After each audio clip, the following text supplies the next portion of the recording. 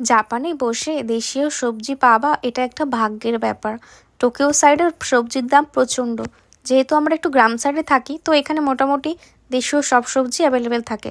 তো আজকে আমি রান্না করব একটা নিরামিষ সবজি, যেটার মধ্যে মিক্স ভেজিটেবলস থাকবে, আলু, গাজর, বেগুন, দেন পেঁপে, বিনস, বটবটি, হালকা উচ্ছে, এইসব দিয়ে একটা নিরামিষ রান্না করব।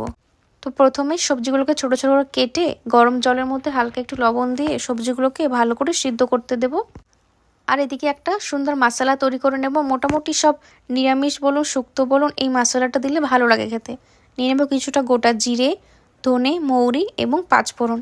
হালকা কড়াইতে টেলে সুন্দর করে একটা মিক্স মশলা তৈরি করে নেব।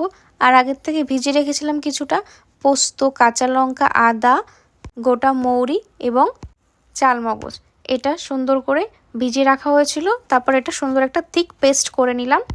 এদিকে আমার সবজিগুলো সুন্দর সিদ্ধ হয়ে গেছে। কড়াইতে তেল দিয়ে তেলটা গরম হওয়ার পর কিছুটা গোটা পাঁচফোড়ন ছেড়ে দেব। তারপর ওই পেস্ট তৈরি করেছিলাম পোস্ত দিয়ে, ওই পেস্টটা এর মধ্যে দিয়ে কিছুটা নাড়িয়ে চাড়িয়ে নিয়ে তারপর সিদ্ধ করে রাখা সবজিগুলো দিয়ে কিছুক্ষণ ফোটাতে থাকবো।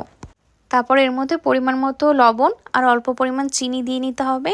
যেহেতু সিদ্ধ করার সময় আগের থেকে কিছুটা লবণ দিয়েছিলাম, তাই আপনাদের মতো লবণ দিয়ে নেবেন।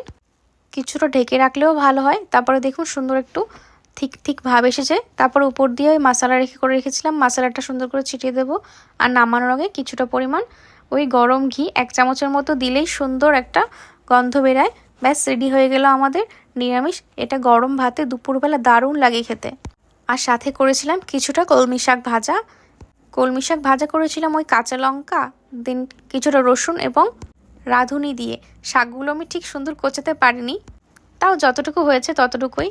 শাকগুলো কুচিয়ে নিয়ে কড়াইয়ের মধ্যে গরম তেলে সুন্দর করে রাঁধুনি দিয়ে শাকগুলো ভাজা ভাজা করে নিলেই হয়ে যাবে আমাদের দুপুরের লাঞ্চ রেডি। তো আমাদের দুপুরের লাঞ্চ রেডি হয়ে গেছে।